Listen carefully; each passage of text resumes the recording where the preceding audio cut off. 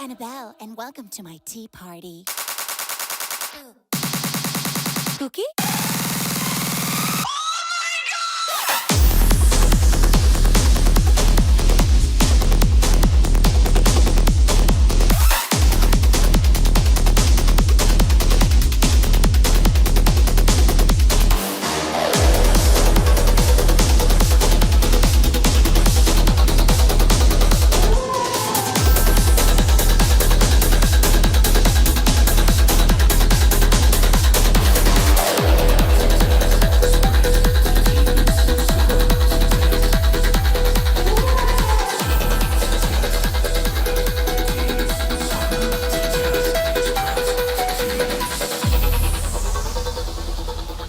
Hey, Annabelle, why's my tea floating? Whose balloon is this? It's mine.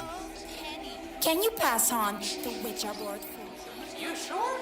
I am Belle. Can you tell?